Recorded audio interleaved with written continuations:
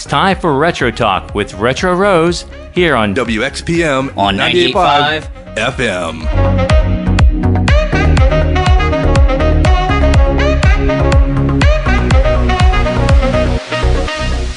This is Retro Rose with another fun episode.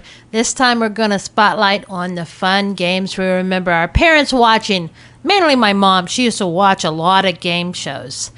Today, I have Mike Breaux joining me.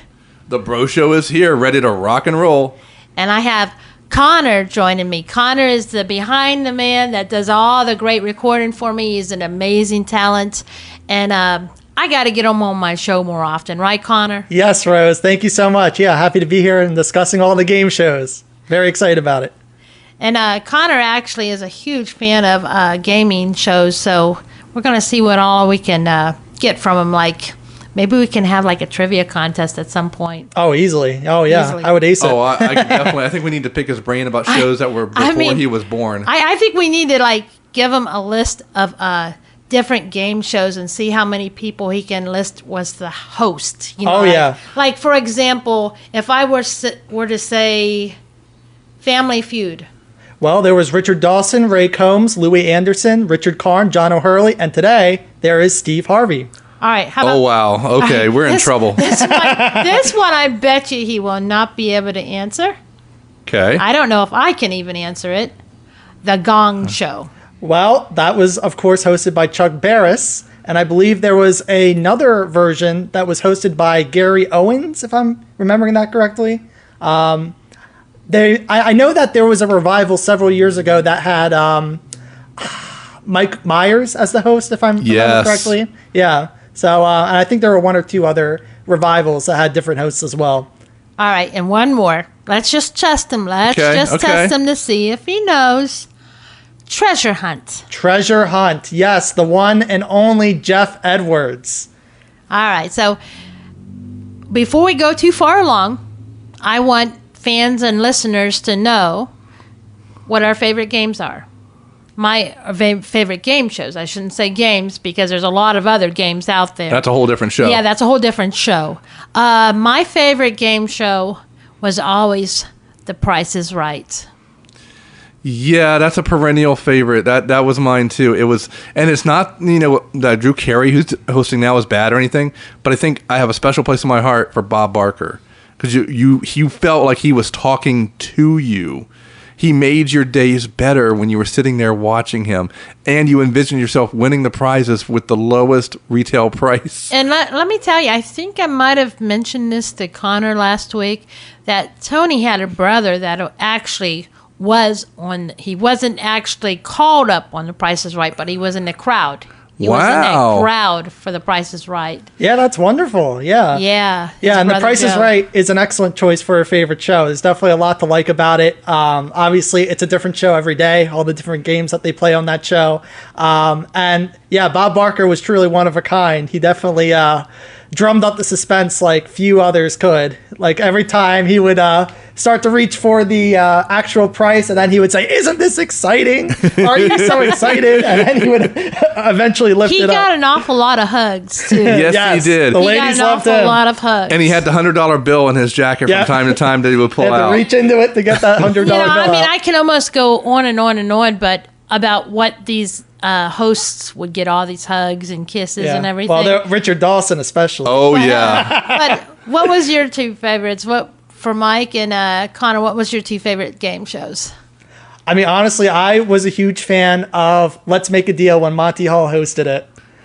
Yeah, that was that was a fun game. That was way back in the day when you would see people in their craziest costumes. I know there's a Wayne Brady version now that's Yeah, he's doing good. No, he's doing good. And actually, Monty Hall was a producer on that up until he passed away a number of years ago. Yep. Okay. Yeah, so yeah, Monty Hall actually handpicked Wayne Brady and said that this is the guy who has what it takes to host this show. So, wow, okay. Yeah, I always like making Let's Make a Deal. I always love that. I got Mom actually the game. Okay. Of Let's Make a Deal.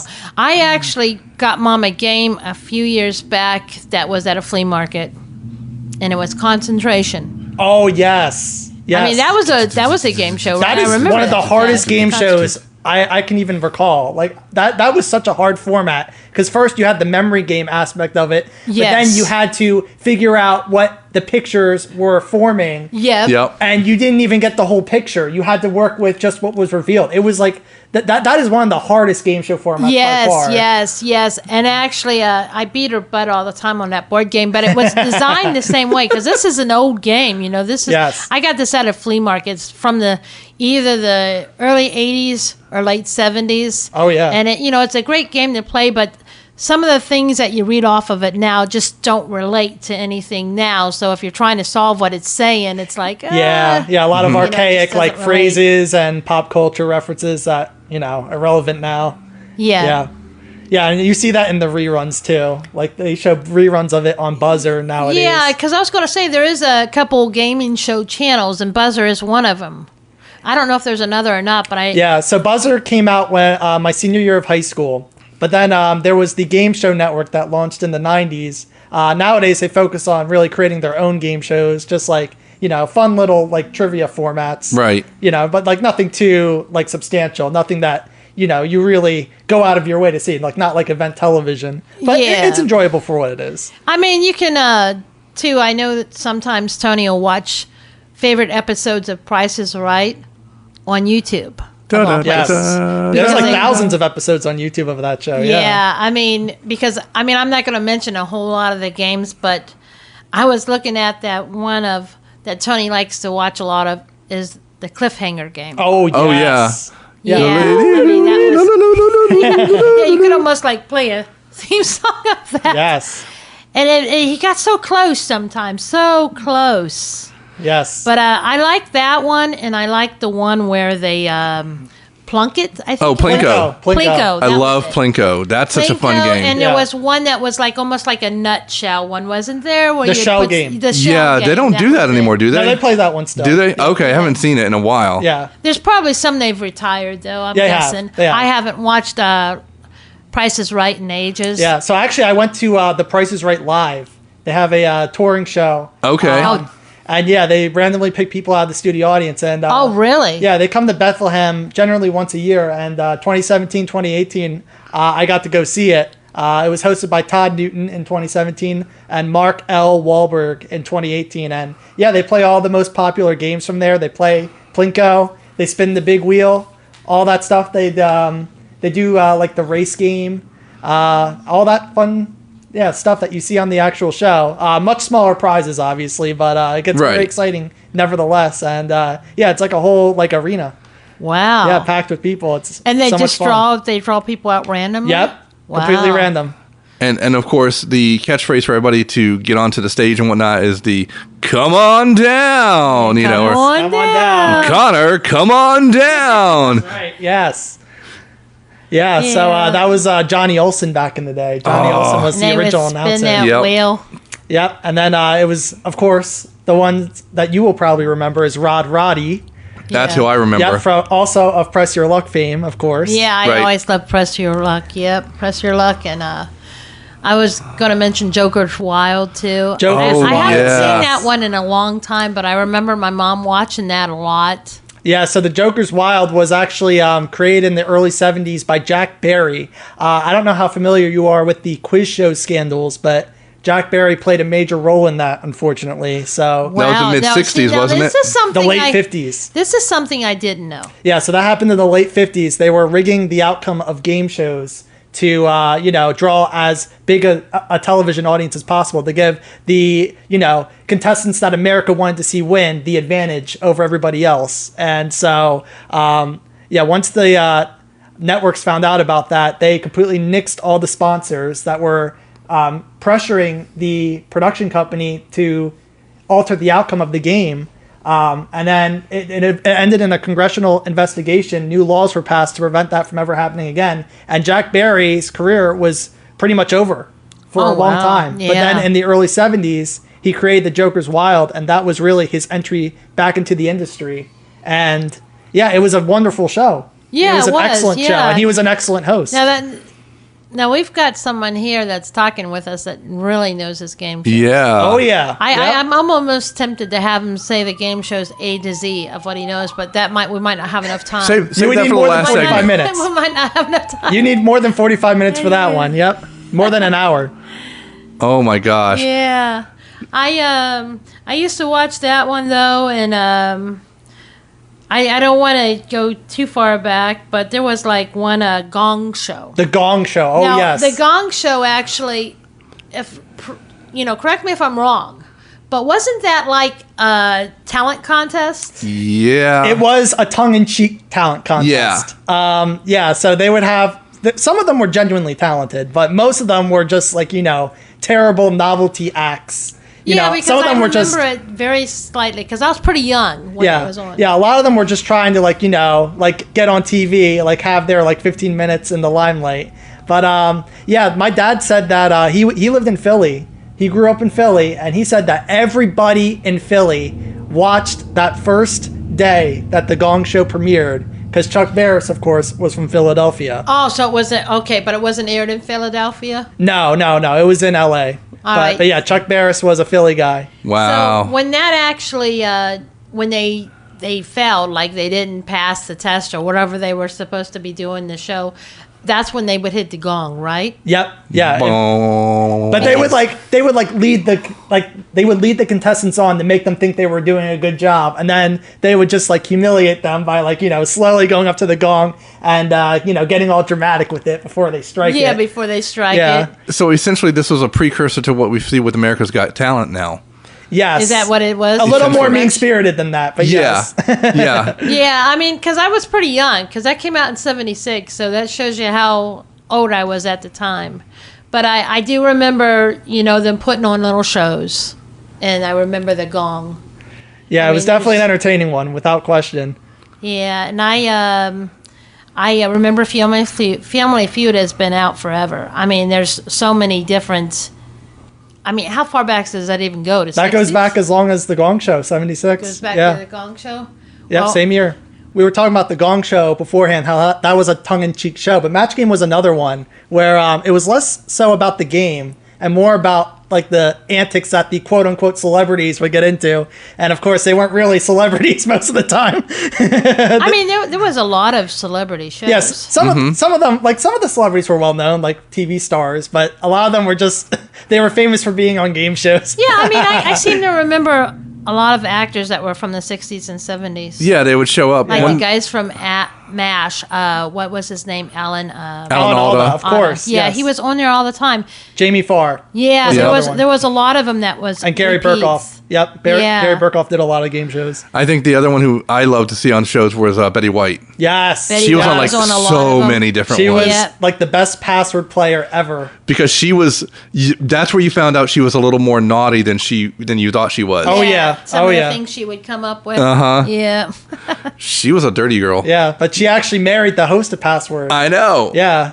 And that They was met- the only husband she had. Yep, Like, the only husband she had. They met on Password, and Yep. yeah, it was a happy marriage until unfortunately he passed away from cancer in Yep. the early '80s. But yeah, it's a beautiful story. Betty and Alan. Oh man, yeah. For me, and then of course, because I'm an Alf guy. Alf was always on Hollywood Squares. Yes, with He- John Davidson. That's Alf right. was Like always the on best Hollywood version. Squares? Now, see, Which- that's something I didn't know either. Yeah, and Hollywood Squares is coming back with Drew Barrymore. Yeah. So yeah, potentially another opportunity for Alf to come back as well. I know. right? Yeah. I know. Well, she said she's going to be the center square. Yes. I know it's kind of shifting from the 70s shows and everything, but do you remember a lot of the ones that were geared towards kids? Like Remote Control, Starcade, and Funhouse. Starcade. Yeah, Starcade was a great one. Remote Control wasn't really for kids. That was on MTV, but that wasn't- was a. It was for teenagers. Was it teenagers? No, it was like college kids. It Yeah. wasn't teenagers. Yeah, it was like a little more mature than a Nickelodeon show. Oh, let's be honest. The teenagers are still watching it. Oh yeah, no, without question. They Without watch question. Yeah. I mean, Starcade would have actually been a fun game to play. I would have lost. I know if I ever went on that show, I would have lost. I can't do video games in like 30 seconds. I struggle with that. Accumulating as many points as possible in 30 seconds. Like, it looks like a very fun game, a very challenging game, but I don't think I'd be able to do it. I mean, can you imagine going home back in the 1980s, early 1980s, with your own arcade Oh, game? man, that would have been sick. Yeah, that would have been awesome. See, that's where they should have, if Starcade was on still during like 86 or 84 or whatever, they could have had Last Starfighter even featured on there or something. That it just didn't make it that far, sadly. Yeah, I mean, that would have been so much fun. Mm-hmm. That would have been so much fun. Yeah. I will say there's a show that I cannot remember right now. It's and I think it was a game show, or maybe it was just a contest. You ever see that where they had like a Toys R Us where you could have that run around with a shopping cart? Wasn't there a game No, show? that is a game show. Supermarket Sweep. That was it. Okay. I was going to say, I didn't know if that was like a contest where you could win, or Well, if that was a really contest. game show. Yeah, that was a contest that you could win, but Supermarket Sweep, I think, is what set that off. Yeah, because you could fill up the cart, and what was it? You got to keep everything, or was it that you got the money value of everything? So the way that it worked was that, you would try to fill up the cart. You spend the first half of the show building up time by answering questions about prices and such, and then you would earn that time to run around the store, fill up your cart. You did win everything, or at least the cash value of it that you put in the cart, but then you play the bonus round for like 10 grand or something like that. All right. So yeah, that was in the 90s with David Ruprecht. So when you get the highest end stuff, that's probably why everybody went for the meat and the higher end. And like the makeup. Yeah. Yeah. the makeup and stuff that beauty would section. cost more. Yeah, because they would, if they got the money value, it would make sense. So if you put the makeup on the meat, would it make it more valuable? I'm just saying. Yep. I haven't tried that before, but you never know. You never know. Well, they always say put lipstick on a pig. Just saying. So Remote Control was like an MTV show, though, right? Yes. Yeah, that was an MTV show. But it wasn't a kid show. No, so it wasn't much. it wasn't for kids. It was very popular with college kids. And I forget the name of the host. It was, unfortunately, he died about 15 years ago. Not Kurt Loder. It was Tony in the basement just said his name. Ken Ober. Ken Ober, that's it, yes. Thank you, Tony in the basement. Now, was that knock on Remote wood. Control, though, was that like geared towards, and now this is, I remember bits and pieces, but I don't really remember. So the bonus round, it was, the bonus round, they actually do like play music videos. yeah, is that what it is? Music videos? Yeah. You have to guess what it is? Yeah, so a lot of it is about music, but a lot of it's also just about like pop culture in general, I believe. Okay, Yep. so it did have something Yeah, it was to do about with like stuff that you would music see on videos. TV. Yeah. Okay. And the guy was a huge game show fan who had pictures behind him of Bill Cullen and Bob Barker on the set of Remote Control. He would have those pictures behind him while he hosted the show. Yeah, I mean, it's been years, but I remember bits and pieces. I mean, like I said, it was more like what my mom was watching at the time. Yeah. It's like most kids, whatever Yeah. your parents are watching, that's what you got to watch. Yeah, I mean, for me, it was the Price is Right when I was home from school sick or anything like that. But then at night, you also got like things like Wheel of Fortune and Jeopardy and things like that too. Like And those my are the mom still perennials. watches all those too. It was Alex Trebek and Pat Sajak in my house every night when I was a child. Oh, we my always gosh. watched them. Yes. Yeah, you can't go wrong with that. And Vanna White the entire time too. Yep, Vanna White too. And she hosted every so often, a little bit in the later years, I think, because she's going to take over for like 1 year right now. I mean, you remember the Vanna actually, White dolls they used to have? Oh, yeah. They still have them out there where you can find Oh, them wow. sometimes. But Vanna White Yeah. dolls back in the 80s. Yeah, so Vanna White is not going to become the host now that Pat Sajak has retired. It's actually going to be Ryan Seacrest as the new host of Wheel of Fortune. And then Vanna will continue as the co-host, though. Oh, wow. Okay, as long as Vanna stays on. Yeah, Vanna's still going to be there. Yep. Okay, good. Yeah, for another 2 years at least. Yeah. Well, how old is she? She's, If they probably don't tell the true age. yeah, it's on Wikipedia. I think she's in her late 60s, I think. Wow. Yeah. Yeah, I mean, So good she's for been her. doing this since she was really Yeah. young. Yeah, she was very young when she started. Yep. And she actually auditioned for the daytime version because originally Wheel of Fortune was hosted by Chuck Woolery and Susan Stafford.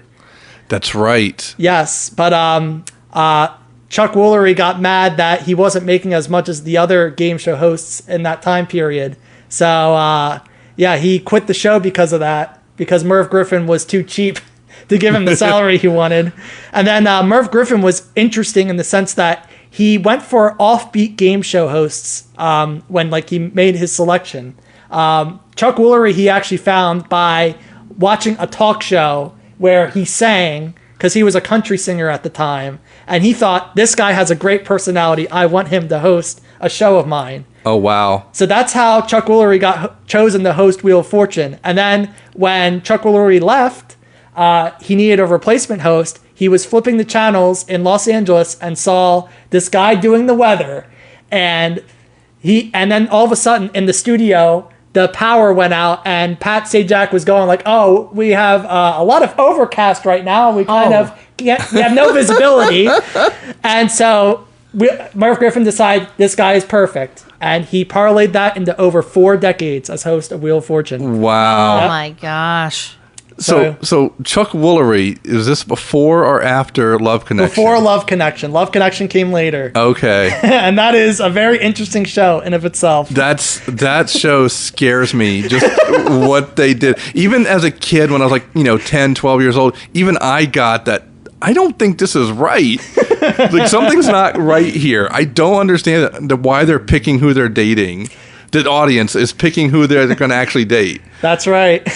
Oh. Yeah, so I think it was based on the video dating phenomenon of like the 80s. And so they decided that we'll introduce the 3 contestants the same way that you would on those VHS tapes that you'd use on a dating service.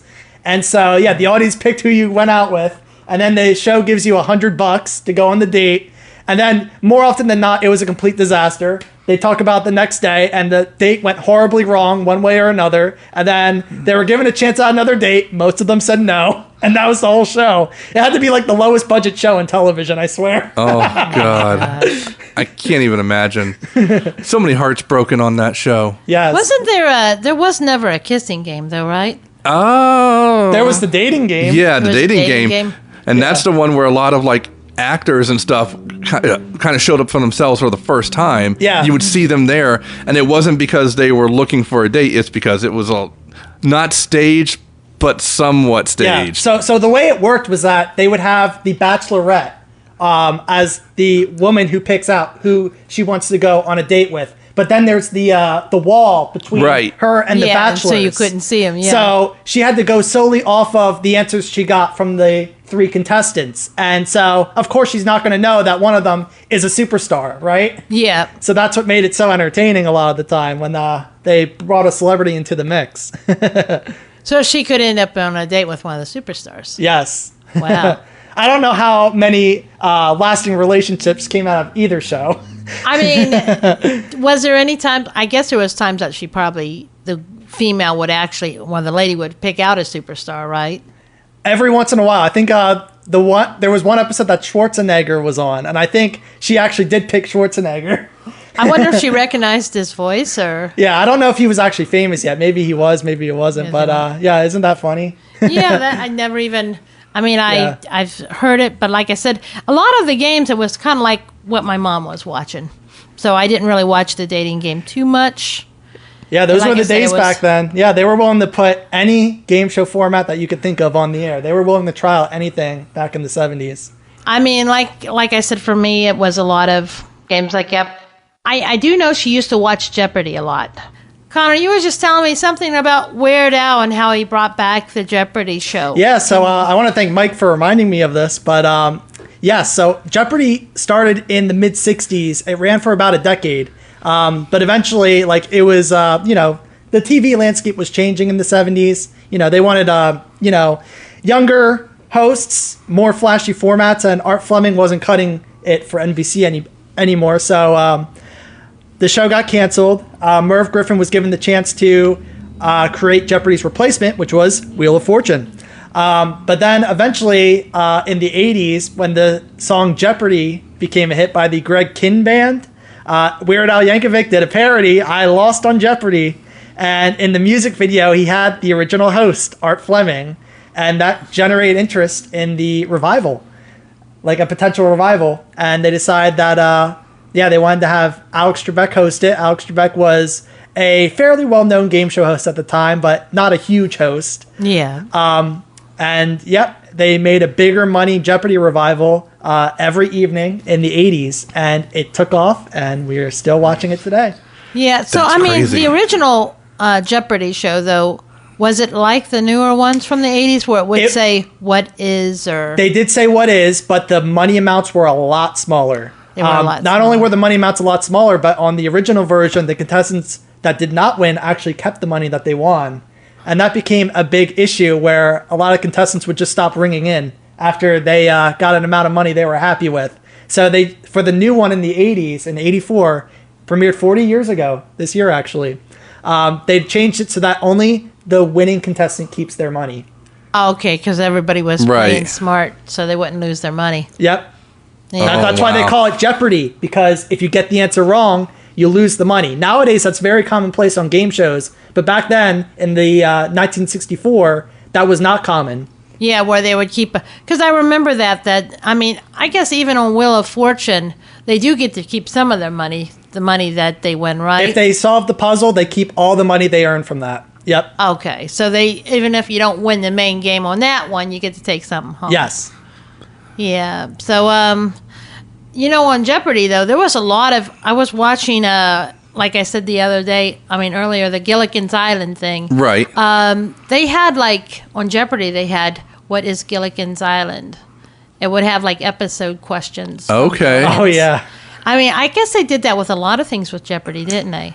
I noticed that's something that they've had on Jeopardy over the years. They'll often have a category where it'll be like a cast members of a TV show, and they read off all the clues. They read off all the answers. Yeah. And they'll do that from time to time. Sometimes it'll be like, it could be Sesame Street. It could be The Big Bang Yeah, Theory. they do a lot of theme ones, right? Yeah, Where and it's- that's pretty cool. It's a way Kind to of like keep a the video viewers daily interested. double or something like that. Exactly. Yep. Yeah. Yeah, it keeps things early. It keeps it interesting, I should say. Yeah, and I think really one of the most interesting things that happened on Jeopardy within the last few years is that, the biggest winner in the show's history, Ken Jennings, is now the host. Yeah, he's the host. Isn't that now. interesting? Yeah. Well, for a short time though, they had him and Mayim Bialik as the host. Like, Yeah. they were kind of splitting it, and then they took her off, and are keeping him on as full time. I mean, Yes. Ken Jennings. So yeah, Ken Jennings This actually. guy is a multimillionaire now. Yeah, so I'm he sure. joined in I the mean, last it's crazy. season with Alex Trebek as a producer, and that's how he got the opportunity to become host, because he made the transition from contestant to producer to host. I think he is actually still a producer. Now still. he was one of the longest running people that ever won on there, right? Yes, he won 74 games. 74 games. Wow. Originally, the limit was 5 games for many, many years. It wasn't until its 20th season that they eliminated that limit, so that anyone can keep going as long as they keep winning. Wow. And so he appeared the next year and won 74 games, $2.5 million. Oh my gosh. I can't even imagine. That's No. That's like going to school and taking however many quizzes you need daily for 74. I mean, does Oh, he wow. even get any answers wrong? He does he did from time I to mean, time. he plays on there's another game he plays on too now. He's been on a lot of game shows over the I'm years. trying to remember the game show he does that Tony watches, and this is horrible that I can't. It's called Chase. The that Chase, yes. Ken Jennings is Yeah, on. he was a chaser on the Chase for a while. And Jeopardy now. Oh my gosh, this guy's just made his name in gaming. Yeah, shows good for now. him. Just this like small looking guy from Salt Lake City. Yeah, that's crazy. Yeah, his humble And I like beginnings. the Chase too. I actually like that. It's a newer game, of course, but I like watching that sometimes. With Yeah, Tony. so that format originated in the UK in the late 2000s, and they had a number of chasers there that were very interesting. They had the Duchess, and most notably the Beast. And so they brought it to the US 10 years ago, I think actually 11 years ago now, on the Game Show Network. That was originally a Game Show Network show where they had the Beast as the chaser. And that was on the air for several years. It was very, very well received. The entire game show audience loved it. But for some reason, about 2 years into the run, the Game Show Network canceled it. And then eventually, 5 or 6 years later, ABC revives it. And they brought on, originally it was just Jeopardy champions as the chasers. But they actually brought back the Beast at one point. yeah, wow. Yeah, so... I didn't know about the Beast, but I do know that I love that show too, and I like Let's Make a Deal. Is that the one, Let's Make a Deal, where they have like, now this is horrible because I don't watch game shows too often, but it's the one with the cases where you pick the number, right? Deal or No Deal. That's Deal or No Deal with Deal or Howie No Mandel See, originally. it shows how much I know about game shows. That's horrible. Deal or No Deal is one heck of a format. It's very interesting how that one has a lot of international versions. Yes. And yeah, Howie Mandel did a fantastic job hosting the U.S. version, without question. Well, now they have a new one on NBC, which is on an island with Joe Manganiello or whoever now hosting it. Yeah, I heard about that. I didn't actually watch it because it didn't really sound like it was up my alley. It's different. I'll put it that way. Right. It's like taking Survivor and mixing it with the show. Yeah, I don't know how much I would enjoy that, to be honest. It's not the same. Right. But in the UK, they had a version with Noel Edmonds, who was a big variety show host in England for many years.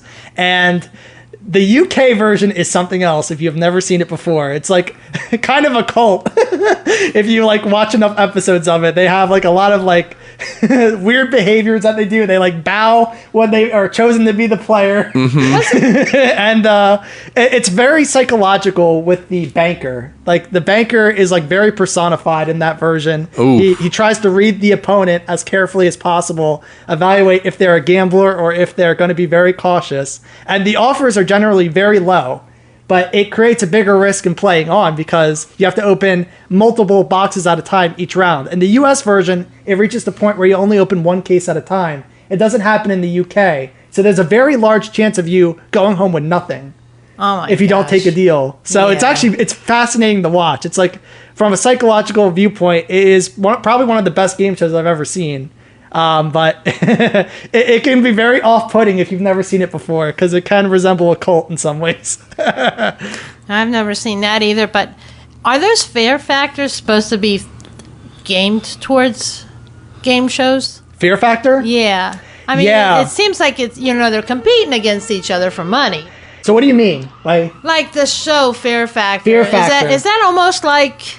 I guess that is a game show. I mean, would it be considered in a way a game show because they're going for money against each other? Yeah, I guess it kind of is. Yeah, it's like somewhere between game show and reality TV. Yeah, it seems like it's almost like a half and half. Yeah, that was an interesting show, but I could never get too into it. I thought some of the challenges spooked me out too much. Yeah, some of it was really, really creepy. I was not a fan. I would never do any of that for money. I know Just no. Yeah. There was another show that was on around the same time called Dog Eat Dog. That one was a little more closer to a traditional game show, but that was another one where they would have the contestants do these really hard physical challenges. And at the end of the show, it all came down to, like, this was such a bizarre way to decide who gets the money. But there would be the top dog who eliminates all the other players by getting them to do physical challenges that they fail, or succeeding at the physical challenge that they did. And then the rest of the contestants were the dog pound. And then the way that they decide who would get the money is that they would do a trivia game where the top dog would ask the dog pound, these questions and decide who was least likely to know the answer. And if the dog pound fails to get enough correct answers, then the top dog gets all the money. But if the dog pound gets enough correct answers, they split the money. It was a weird show. Yeah, it was weird. I never even heard of it. Yeah, Dog Eat Dog was the name of it. Wow. What do you think about like Big Brother? Oh, I never got into that. Okay. Yeah, I never got into that. Because it has some elements of like a game show, but it's also the reality TV setup too. Yeah, that's pretty firmly in reality TV territory compared to what I like to watch. I watched it one season. One season. That's all I could take. That's I was fair. Good. That's very fair. Just know. Yep. All right, so this one's going to be a tough one for Connor, but we're going to save it for the next round whenever we come back from our little song break. Remember the music?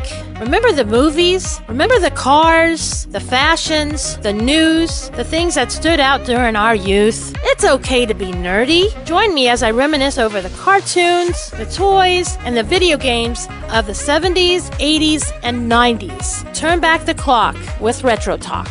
Weekends on 98.5 XPM's $1 Million Weekend Lineup.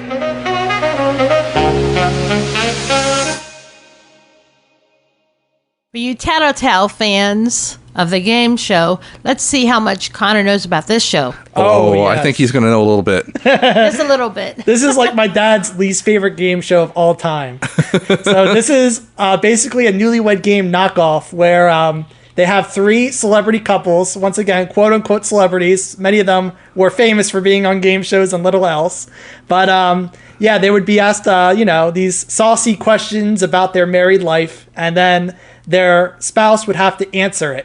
And if they matched, they won money for the audience. They won money for their cheering section.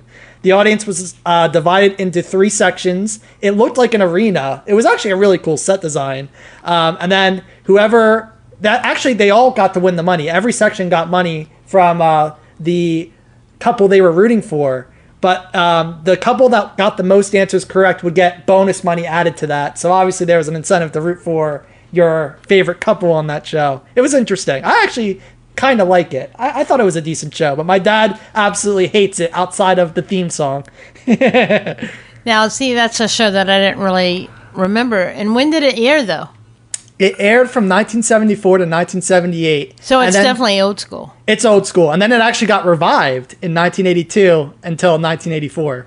Wow. Okay, so yeah. short runs. I don't remember it at all. Like, I think that was just before my time. And That shows you how much Connor knows. yeah. Absolutely. It still airs in reruns to this day. You can watch it on Buzzer. It's on all the time. Yeah, Oh I'll my have to look gosh. that one up, Yeah. Tattletales. And so I would like to touch a few others. Touch base on a Absolutely. few others. Yeah, go ahead. Tic-tac-toe. Tic-tac-toe. Oh, wow. The one and Yeah. only Wink Martindale. Yes. Yeah, with the dragon. the dragon. Yeah. That dragon. Yes. Tony says that used to scare him a lot. He's in the basement. It scared a lot of people, apparently. I've been seeing a lot of reflections on that show, and a lot of people did get scared of that dragon. It was just a little harmless dragon. I know, it was harmless. I agree. I didn't see it when I was a kid, though. I didn't see it until, I was out of high school, I think, was when I first saw that show. Yeah, that was actually a fun one. My mom used to watch that all the time, too. How about Press Your Luck? Press Your Luck. Oh, my goodness. Yeah. Yeah. No whammies, no whammies. No whammies. Yeah. Oh, but you gotta love the whammy, Yeah. what were some of the things that he would say? Like, I cannot tell a lie, you lose. Like that, right? The animation was so cheesy, but it was so good. It was so good. It kind of reminded me of like the Smurfs, the way that the Yeah. whammies came out. They Yeah, it never was came fun. out with a whammy stuffed doll. I would buy that in a heartbeat. That's so Oh, I would buy disappointing. that. Yeah, I that they would buy never that. came out with that. Yeah, because that would have been a great merchandising tie-in for sure. But yeah. He kind of looked like a stretched out version of the Noid from Domino's. Oh, yeah. Or was the Noid just a squeezed in version of the whammy? Possibly. But yeah, something that we were talking about before we started recording this episode is that there was a contestant in the 80s, actually 40 years ago this year, 1984. There was a contestant named Michael Larson. Yes, So- I know this story. Yeah, so the board patterns were not exactly random. They were a set of patterns that went in a certain order every time. And there was an ice cream truck driver who didn't work the other months of the year who saw this show on TV and decided that there had to be a code behind it, behind the way that the board worked. So he recorded episodes on his VCR and would keep rewinding it, playing it, and he realized that there is indeed a pattern that they follow. And he realized that there was a way to hit the top spot on the board every time, the one that gives you the most money. That and reminds... a spin. Now, you're not talking about Monk, right? Because that happened in Monk. No, maybe Monk was inspired by this. Yeah, because there was an episode where they had that in the game show. There was a signal. The guy was given a signal, and they couldn't figure out why, this contestant was always winning. Yeah, so It was a Monk episode. yeah, similar. so Michael Larson figured out the game pattern, and he won over $100,000 in one game of Press Your Luck. The top win prior to that was like $25,000. Now, did he and get to keep the money? He got to keep the money. Hey. CBS was very skeptical about it because they caught on to what he was doing, but they decided that he did it fair and square, Right. and he was allowed to keep the money. And then immediately after he left the show, they added like 4 times the number of patterns so that nobody could ever figure it out. Yeah, so they couldn't. Wow, that's crazy. Yeah, so it's a crazy story. But then there was another story about Who Wants to Be a Millionaire. So you remember Who Wants to Be a Millionaire, Yeah. right? Yeah. That was a huge show. Regis Philbin started it. Yep. And, yep. So that was a huge show everywhere around the world. I think it actually holds the record for the most international adaptations of a game show ever. It started in the UK in 1998 with a host called Chris Tarrant, who is one heck of a character if you've never seen the original British version before. But on that UK version, there was a contestant who was a retired military man, or he actually was like a young man. He was honorably discharged. But he had a plan where they had that little, ring of contestants behind the hot seat who would, answer the fastest finger question, and then that decides who gets to play the game. So he was friends with one of his fellow contestants, and this guy that he was friends with was like a very, very, very well-read guy. He was very intelligent. He knew most of the answers to every question on the show.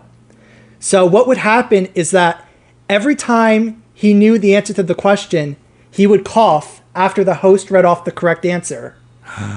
And then he would answer the question correctly. So remember that Who Wants to Be a Millionaire had a lot of cliffhanger episodes, right? Where the contestant would come back the next day. Yeah, yep. So when this guy was first chosen to play, the military guy, he blew through all the lifelines super quickly. He was not exactly the smartest guy. He didn't really know a lot of the answers. But then, his friend was a fastest finger contestant the next day. And every single time there was a question that was read, he would cough after the answer that was correct was read. And he ended up winning the $1 million, or not $1 million, £1 million in the UK. And they could tell immediately that something was completely off about this. Yeah. Wow. And guess what ended up happening? He lost the money, right? He got in trouble for it. Not only did he lose the money, he was criminally convicted. Oh, wow. Yeah, so... Yeah, I mean, that's kind of like the Monk episode. Yeah, it's kind of like the Monk episode. That might be what the Monk episode is based off of. It might have been based off of that more so than Michael Larson. You know what? And speaking of that, we don't have much time more left for this episode.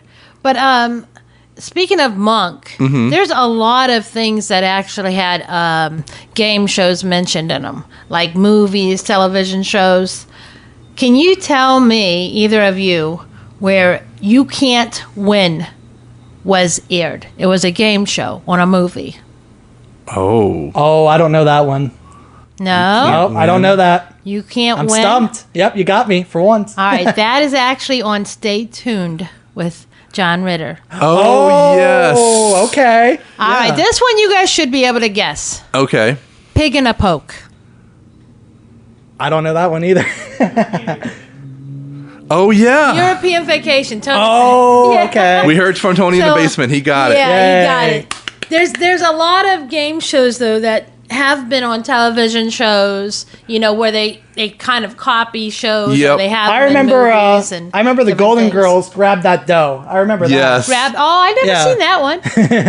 Yeah, there Yeah, was, that was a fun Can one. you guys think of any other movies or TV shows that actually just kind of like had Made up something, made or- up? I mean, even Supernatural had it.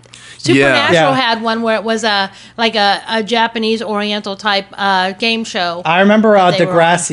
Degrassi, The Next Generation. They had Whack Your Brain, and it was a quiz show. It was like kind of like No, I never saw that either. it was something that you would see on PBS. Like they modeled it after like a PBS type quiz show between high schools. And what ended up happening is that this guy who was it's a long story. You'd have to watch Degrassi to really know what I'm talking about here. But Now this is on He- Next he was a- Generation. yes, Okay. yeah, in the 2000s. So yeah, he was a bullying target. So he won the game show, but then they organized a prank on him where he had paint spilled on him. Oh, And then, he was publicly humiliated. He comes back and shoots up the school. oh, Yeah, really dark. Yeah. Yeah, It's the most famous episode of the entire show, Yeah. actually. So, yeah. So, Yeah, Whack that's Your really- Brain was the quiz show on that Degrassi and episode. was we still got a few more minutes. So was You Can't Do That on television wasn't a game show, but they used to pour stuff over your head a lot. Yeah. If yeah, you, Slimed you. Nickelodeon. Yeah. They would Yep. slime you or something. Yeah. They would But slime that you wasn't if you really a said, game "I show, don't but know." when you said that poured it over Yeah. your head, Yeah, you said I don't know. Yeah, and then that became Nickelodeon's shtick when they did a Double Dare. Yeah, they when had all the Double slime Dare. from yes, that as well. exactly. Yeah. Double Dare was a very messy game. Which originated here in Pennsylvania. Yeah, actually, do you know the host of that one, Connor? Mark Summers, of course. Yeah, I mean we've tried to meet up with him a couple times. We were at a toy show about a year or so ago. Wanted to meet him, and he left just before we got there. Ah, too bad. We wanted to meet him. Yeah, Yeah. maybe someday. Maybe someday. Maybe someday we can get him on here. That would be and awesome. We can have we can him talk. test Connor. Yeah, we can See do if he it like. can- Oh, that can- would be a show. That's right. Yeah, we could do some banter. Yeah, that'd be Yeah, great. have him test Connor, and if he doesn't get it right, he'll end up getting slimed. Oh, absolutely. Slimed with a pizza slice or I'm something. all for it. All for it. Let's do We'll lay it. down the tarp and make it good. Yeah, make it good. We don't really have too much time left. Can you guys say hello and tell everyone thank you for listening? Absolutely. This is the Bro Show. Thank you for letting me reminisce about game shows. Yep, and this has been Connor Cohan, producer of Retro Talk. Happy to chip in my 2 cents on this subject. And we're would love happy to do it have again. Connor again. We would love to have him back. Oh, absolutely. I will always come back to this show. Absolutely. Thank you, Rose. Thanks for joining us at Retro Talk.